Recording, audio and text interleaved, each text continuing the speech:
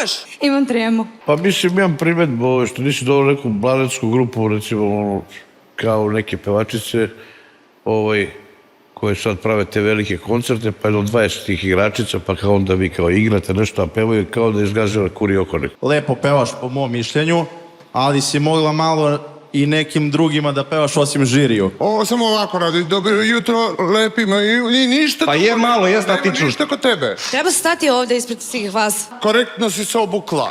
Vidiš, ja se sad s tobom ne slažem. Ti kažeš da je ona odabrala dobar stajling. Nisam očekivao da to bude crna haljina. A da budeš šarena kao papagaj. Nemoj da vređaš mene ti! A bit će prilike...